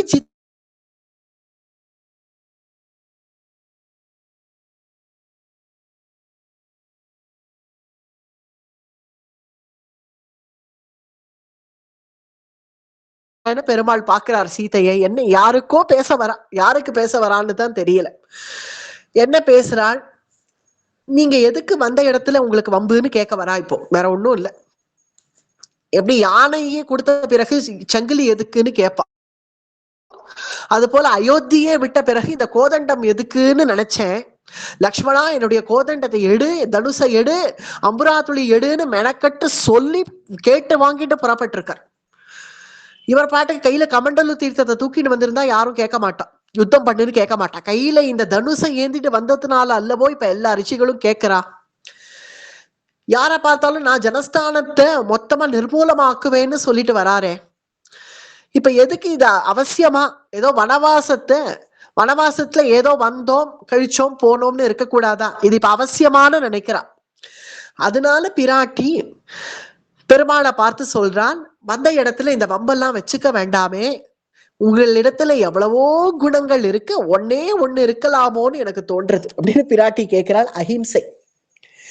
எப்போதும் இப்ப தண்ட நீதியை கையில எடுக்கிறேன்னு புறப்பட்டு வந்திருக்கேளே, ஏதன் நிமித்தம் சவனம் தண்டகா இதி விஸ்ருதம். தண்டத்தை கையில எடுத்த நீங்கள் அந்த அஹிம்சைங்கிறது ஒண்ணே ஒண்ணு உங்க கிட்டக்க இருந்தா இன்னும் பார்க்க அழகா இருப்பீள், நீங்க பார்க்க இன்னும் ரம்யமா இருக்குமே. அந்த ராட்சசர்களை விட்டுடுங்களே. ராட்சசர்கள் மேல பிராட்டினுடைய காருண்யம் போய் விழருது. இந்த ராட்சசர்களை விட்டுடுங்களே, அவர்களை ஏன் தண்டிக்கணும்? பின்ன தண்டிக்க கூடாதுன்னா என்ன பண்ணணும்? நல்ல புத்திமதி சொல்லி விட்டுடலாமேன்னு நினைக்கிறான் பிராட்டி. புத்திமதி சொல்லி விட்டா திருந்துற ஜென்மங்கள் இல்லையே அதுகள். அது தெரிஞ்ச பெருமாள் என்னைக்குமே தாயார் கொஞ்சம் அப்படிதான் இருப்பா. இப்ப இந்த காலத்தை பத்தி எடுத்துட்டு அப்படி லிட்டரலா எடுத்துட்டு நம்ம யோசிக்க வேண்டாம். பொதுவா பார்த்தா ஒரு கிரகத்திலேயே பார்த்தா தாயாருக்கு கொஞ்சம் காருண்யம் ஜாஸ்தி தான் இருக்கும் குழந்தைகள் மேல. அது ஏதாவது தப்பு பண்ணா கூட தகப்பனார் கொஞ்சம் கண்டிக்க வருவார், அடிக்க வருவார். ஆனா தாயார் தான் அடிக்க வேண்டாம் விடுங்கள, பேசாம சொல்லுங்க, அது கேட்கும். கேட்காதுடி, அது துஷ்ட பிள்ளைய பெத்துட்டோம் நம்ம, கேட்காது. அதை அடிச்சு உதச்சாதான் அது திருந்தும் போல இருக்கு அப்படின்னு தகப்பனார் சில சமயம் நினைக்கிறச்சே கூட தாயார் அடிக்க வேண்டாம், நான் எதவா சொல்லி பாக்குறேன்னே சொல்லுவா. இது திரேதாயுக விஷயம். இதை வச்சு நம்ம இப்படி நினைக்க வேண்டாம். அப்படி பார்த்தா துவாபர யுகத்திலேயே அது மாறிடுது. திருத்தராஷ்டிரன் தான் அப்படி அடிக்க வேண்டாம்னு உட்காந்துருக்கான். காந்தாரி தான் நாடு கெடுத்தவனங்கிறான். யுகாந்திரத்துல தர்மங்கள் மாறிடும். ஆனா இது திரேதாயுகமா இருக்கிறதுனால காருண்யம் உடைய பிராட்டி இந்த மாதிரி சொல்றான்.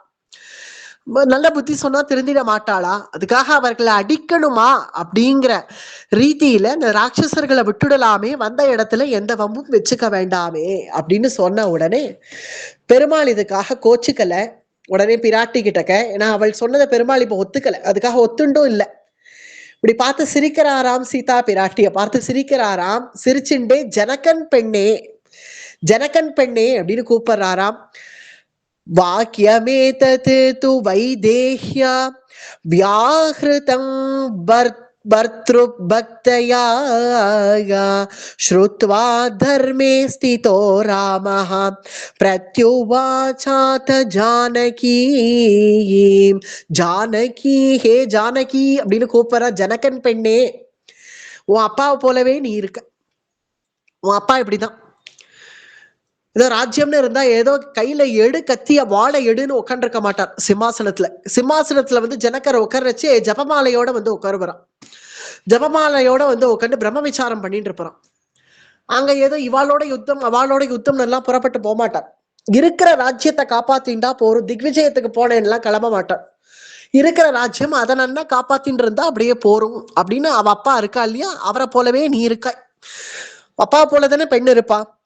பிரத்யுவாச்சாத ஜானகி, ஜனகன் பெண்ணே உன் அப்பாவுக்கு தப்பாம நீ இருக்க, அப்பாவை போலவே இருக்க அப்படின்னு சொல்லக்கூடிய ராமபிரான் இப்ப பார்த்து என்ன சொல்றார், அதுக்காக நான் கோச்சுக்காம நிதானமா பேசுறார்.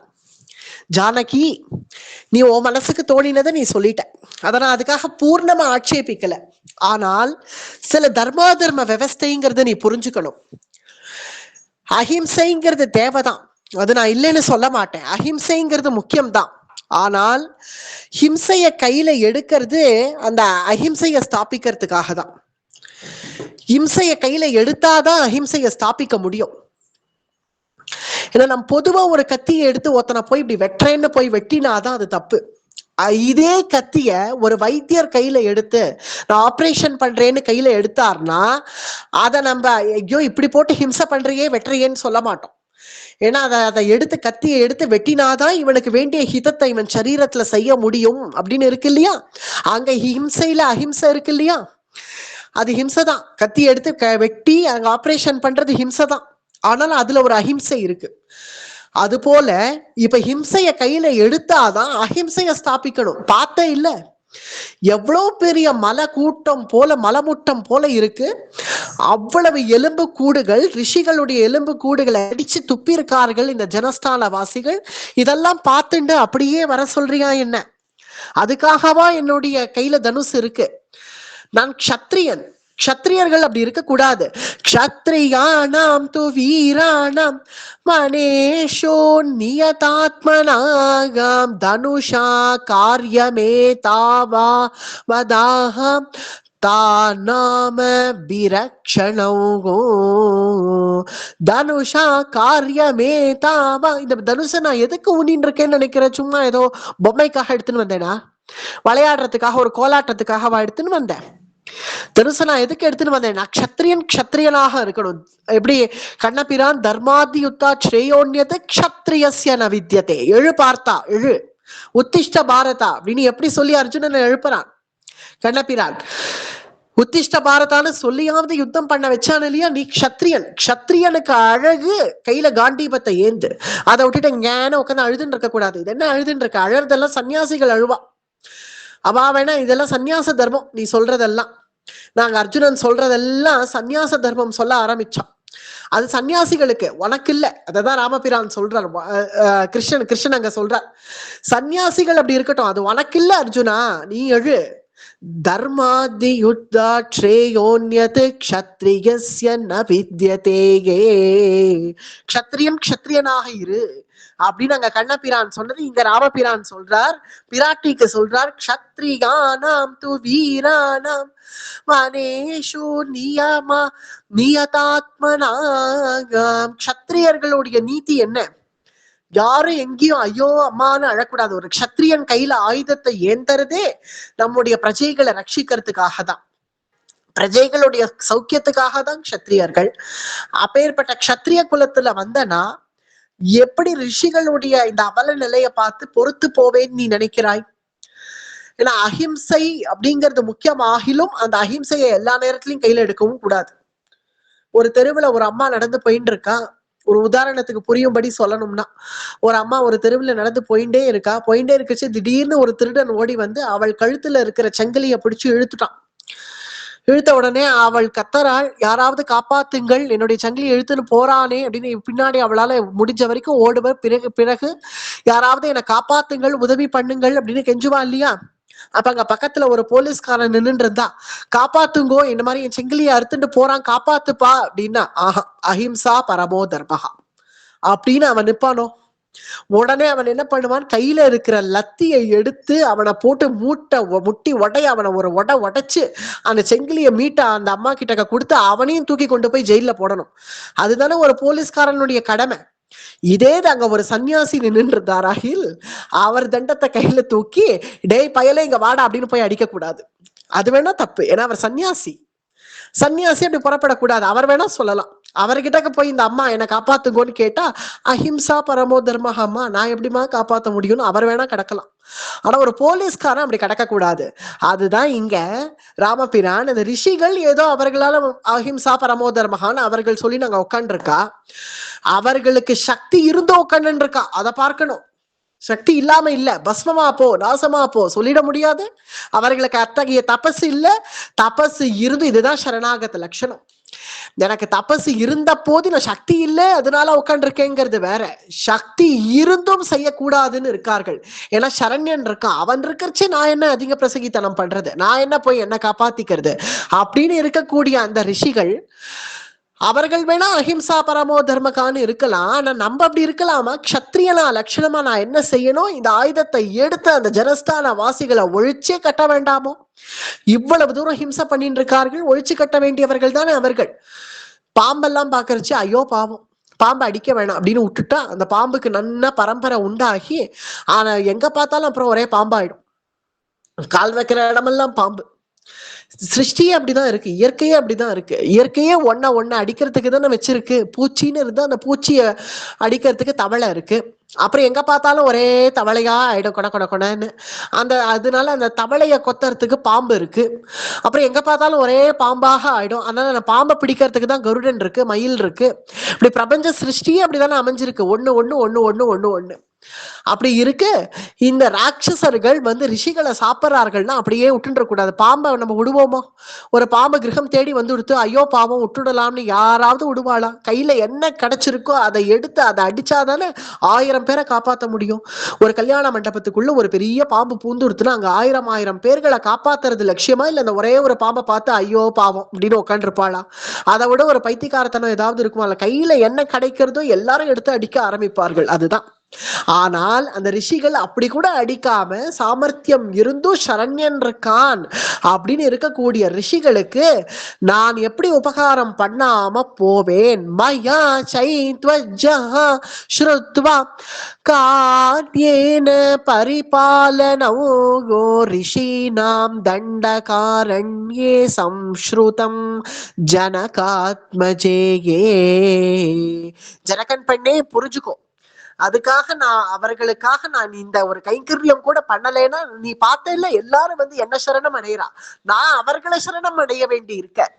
நான் அவர்களை தெய்வம்னு நான் நினைச்சுட்டு இருக்கேன், எல்லாரும் என்ன தெய்வமா என்ன காலில் விழறா. ஏன்னா இது மனுஷாவதாரமா இருக்கிறதுனால அப்படிதான் பேசுவார் ராமபிரான்.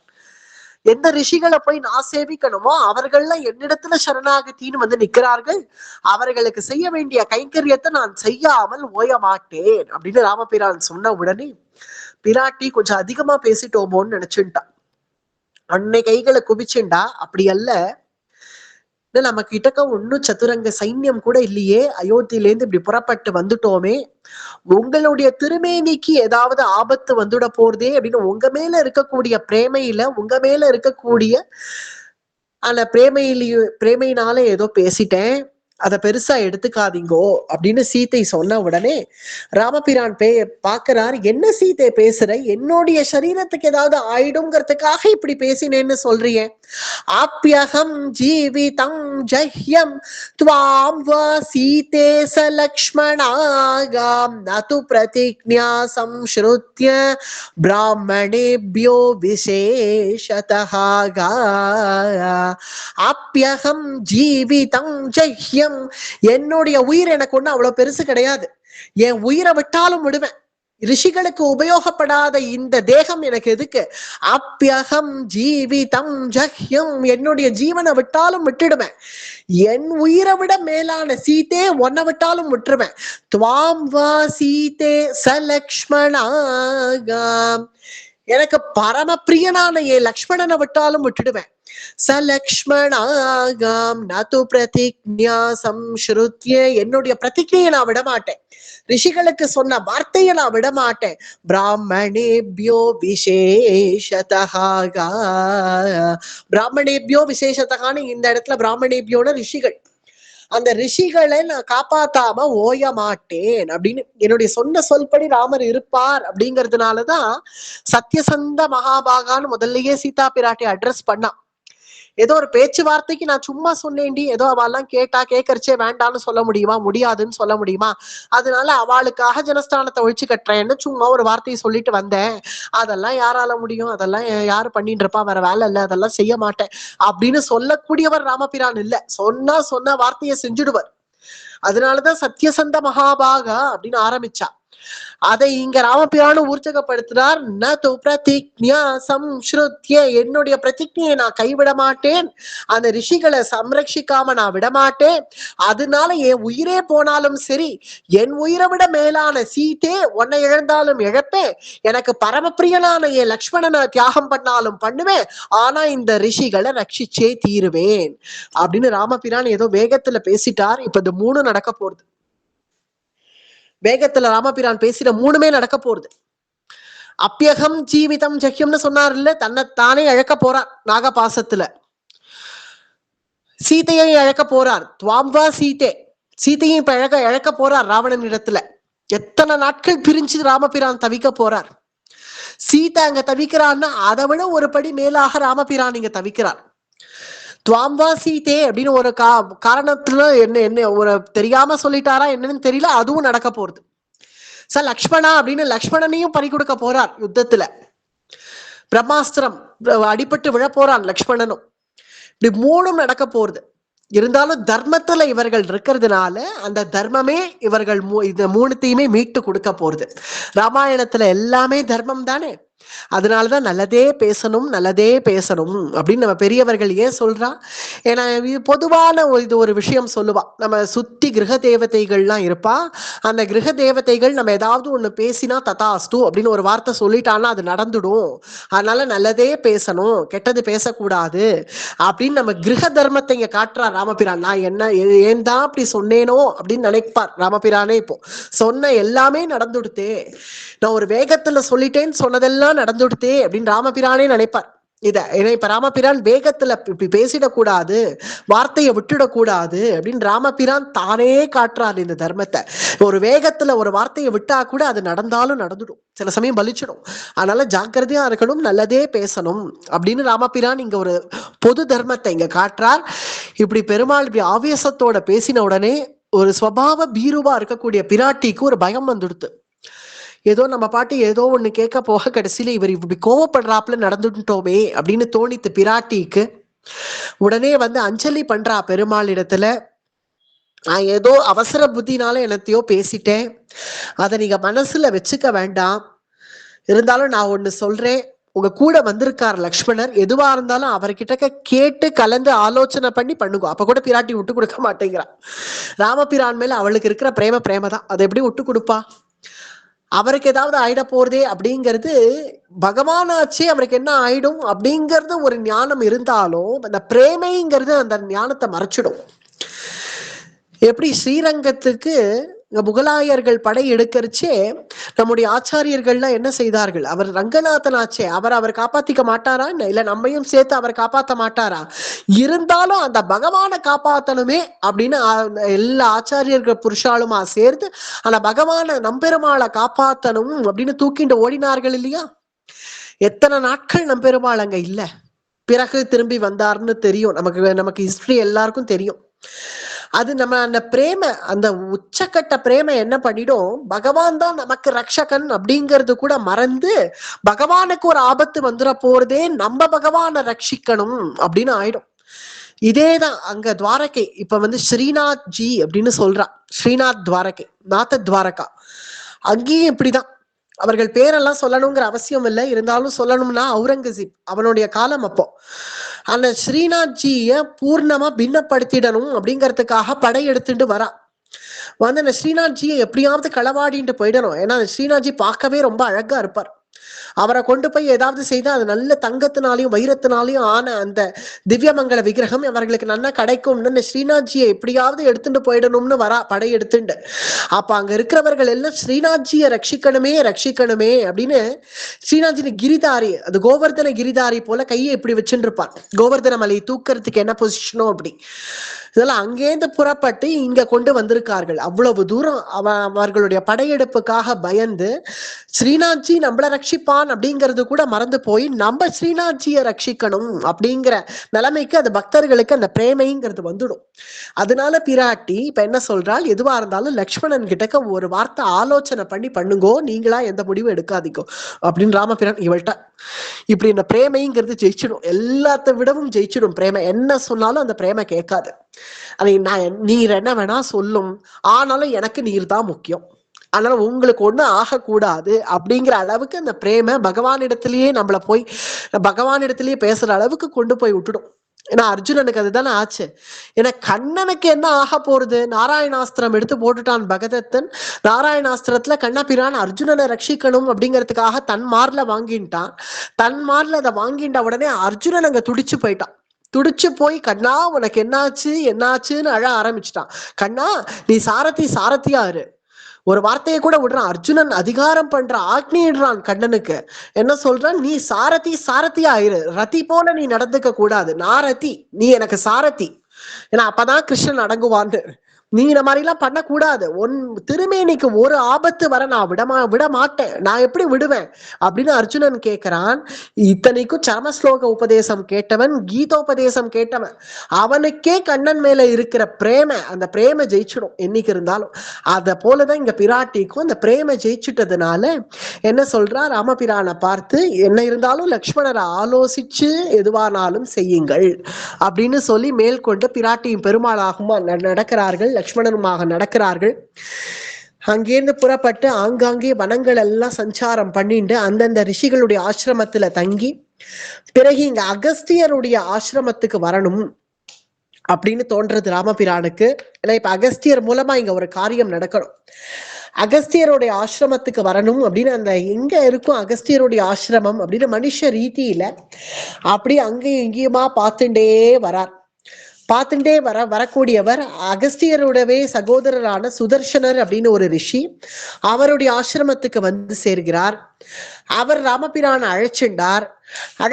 அகஸ்தியரோடவே சிஷ்யர்கள் சில பேர்கள் இருக்கா. அவர்கள் லாபமா சேர்ந்து வழிகாட்ட ராமபிரான் அகஸ்தியருடைய ஆசிரமத்துக்கு வந்து சேருகிறார். அகஸ்தியர் தன்னுடைய ஆசிரமத்துல அவ்வளவு தபசுல இருக்கக்கூடியவர், ஆழ்ந்த தியானத்துல இருக்கக்கூடியவர். ராமபிரான் வந்துட்டார் அப்படின்னு தெரிஞ்ச உடனே தன்னுடைய தபஸை விட்டார், தியானத்தை விட்டார், எல்லாத்தையும் விட்டார், யஜ்யத்தை விட்டார், எல்லாத்தையும் விட்டுட்டு அங்க அப்படியே பட்டுன்னு எழுந்தார், ஓடுறார் ராமபிரானை பார்க்கணும் அப்படிங்கிறதுக்காக. அகஸ்தியர் அங்க பெரிய ஆசிரமம் வச்சிருக்கார். அந்த அகஸ்தியருக்கு கீழே எவ்வளவோ சிஷ்யர்கள் அங்க இருக்கார்கள். நம்முடைய குருவே இப்படி புறப்பட்டு யாரோ ஒருத்தருக்காக ஓடுவாராகில் அப்ப வரக்கூடியவர் அத்தகையவர், அவ்வளவு பெருமை வாய்ந்தவர் அப்படிங்கறத மட்டும் தெரிஞ்சு குருவனுடைய பின்னாடியே சிஷ்யர்கள் எல்லாம் ஓடுறார்கள் ராமபிரானை பார்க்கறதுக்காக. இது கோபிகா விருத்தாந்தம் மாதிரி இருக்கும் இந்த கட்டம் பார்த்தா. ராமபிரான் அங்க வரார், அகஸ்தியருடைய ஆசிரமத்துக்கு வரார் அப்படின்னு தெரிஞ்ச உடனே ஒரு ரிஷி நிர்குண பிரம்மத்தை தியானம் பண்ணி நாங்க உட்காந்துருக்காராம். உடனே அவருக்கு தியானம் பட்டுன்னு கலைஞ்சுதான். ஏதோ நிர்குண பிரம்மத்தை தியானம் பண்ணின்னு உட்காந்துருக்கிறவர் ராமபிரான் வந்துட்டார் அப்படின்னு உடனே கண்களை திறந்தாராம். ராமரை பார்க்கறதுக்காக ஓடுறான். ஒரு ரிஷி அங்க ஹோமம் பண்றதுக்காக ஆரம்பிச்சாராம். ஹோம நெய்ய அங்க ஆக்குத்தி கொடுக்கணும் விடணும் அப்படின்னு வரவர் அந்த ஆக்குத்தி கொடுக்காம அப்படியே அந்த நெய்யோடையே எழுந்தார். போற வழியெல்லாம் நெய் சிந்தித்தான். அப்படியே ராமபிரானை பார்க்கணுங்கிறதுக்காக ஓடுறார். ஒரு ரிஷி பாராயணம் பண்ணணும் அப்படிங்கிறதுக்காக சிக்கு பலகா முன்னாடி உக்காண்டு எதையோ பாராயணம் பண்ணிட்டு இருக்கக்கூடியவர் ராமபிரான் வந்துட்டு இருக்கார் அப்படின்னு தெரிஞ்ச உடனே அப்படியே பாராயண புஸ்தகத்தை விட்டுட்டு அப்படியே எழுந்து ஓடுறார். ஒரு ரிஷி அங்க அப்பதான் போஜனம் பண்ணணும் அப்படிங்கிறதுக்காக உக்காண்டிருக்கார். மற்றொரு ரிஷி அவருக்கு போஜனத்தை பரிமாறின்னு இருக்கார், சாதிச்சுன்னு இருக்கார். ராமபிரான் வந்திருக்காருன்னு தெரிஞ்ச உடனே சாதிக்கிறத விட்டுட்டார். அப்படியே கீழே பாத்திர பண்டத்தை போட்டார், அவர் ஓடினார். சாப்பிட உட்காண்டிருந்தவர் அப்படியே ஓடுறான். பறிச்சா நம்மளே போட்டுன்னு சாப்பிடுவோம் அப்படின்னு உட்காந்து சாப்பிட மாட்டாரோ? உட்காந்து சாப்பிடாம அவர் என்ன பண்றார்? ராமபிரான் வந்திருக்காருங்கிறது உடனே நம்ம சாப்பிட்றது கூட மறந்து கொடுத்து அப்படியே அவர் அதை விட்டுட்டு அவர் ஓடுறாராம். ஒரு ரிஷி ஜபமாலையை வச்சுன்னு ஜபம் பண்ணிட்டு இருக்கார். அந்த ஜபமாலையை ஜபம் பண்ணிட்டு இருந்தவர் அந்த ரிஷி ஜபமாலையை கீழே உதறினார். உடனே அவர் எழுந்து ஓடுறார். கோபிகா விருத்தாந்தம் தான். கோபிகைகள் எப்படி கண்ணனுடைய குழல் கேட்ட உடனே அப்படியே எல்லாத்தையும் போட்டுட்டு ஓடினார்கள் அப்படின்னு பாகவதத்துல பாக்குறோமோ அதே போல இங்க ரிஷிகணங்கள், இதே ரிஷிகள் தான் அடுத்த அவதாரத்துல கோபிகைகளாக ஆனார்கள்னு பாத்ம புராணம் சொல்றதுன்னு பூர்வ பிரவச்சனத்திலேயே சொன்னோம். ஏன்னா இப்படிதானே அனுபவிச்சிருக்கார்கள் ராமபிரான, அதே கோபிகைகள் தானே அங்க. அதனால கண்ணனை அப்படியே அனுபவிக்கிறார்கள். எல்லாம் போட்டபடி அப்படியே போட்டுட்டு எல்லாரும் ராமபிரானை நோக்கி ஓட அகஸ்தியர் பிரதானமா நின்று ராமபிரானுக்கு ஆதித்யம் செய்து வைக்கிறார், வரவேற்கிறார். வரவேற்று அவருடைய ஆசிரமத்துல எல்லா தேவதைகளுக்கும் ஒரு ஒரு ஸ்தானம் இருக்கு. அதுல விஷ்ணு ஸ்தானம், விஷ்ணுவுக்குன்னு ஒரு ஸ்தானம் இருக்கு. அந்த விஷ்ணு மந்திர் அங்க கொண்டு வந்து ராமபிரானை இறக்கிறார். நீர் இங்க தங்கலாம் அப்படின்னு அங்க கொண்டு வந்து இறக்கி ராமபிரானுக்கு விசேஷமா பூஜை பண்றார் அகஸ்தியர். அகஸ்தியரனுடைய பூஜையை ராமபிரான் ஏத்துக்கிறார். ஏத்துண்ட பிறகு யாருக்குதான் இஷ்டம் இருக்கு ராமபிரானை விடுறதுக்கு? அகஸ்தியர் ராமபிரானை பார்த்து சொல்றார், இனி வனவாசம் ஏத்தன் மத்தியே 14 வருஷம் வனவாசம் ஒரு 11 வருஷம் ஆயிடுத்து. அத்தனை வருஷங்கள் ஓடி போயிடுத்து. இந்த ரிஷிகளுடைய ஆசிரமம் அந்த ரிஷியினுடைய ஆசிரமம்னு ஆங்காங்கே சஞ்சாரம் பண்ணி 11-12 வருஷம் அப்போதைக்கே முடிஞ்சு போச்சு. இனி சொச்ச காலம் நீங்க இன்னும் எங்க வனவாசம்னு அங்கேயும் இங்கேயுமா இப்படியே அலைஞ்சின்னு இருக்கேளே, இங்கேயே தங்கிடலாமே, நம்முடைய ஆசிரமத்திலேயே தங்கிடலாமே அப்படின்னு அகஸ்தியர் பிரார்த்தனை பண்ணிக்கிறார்.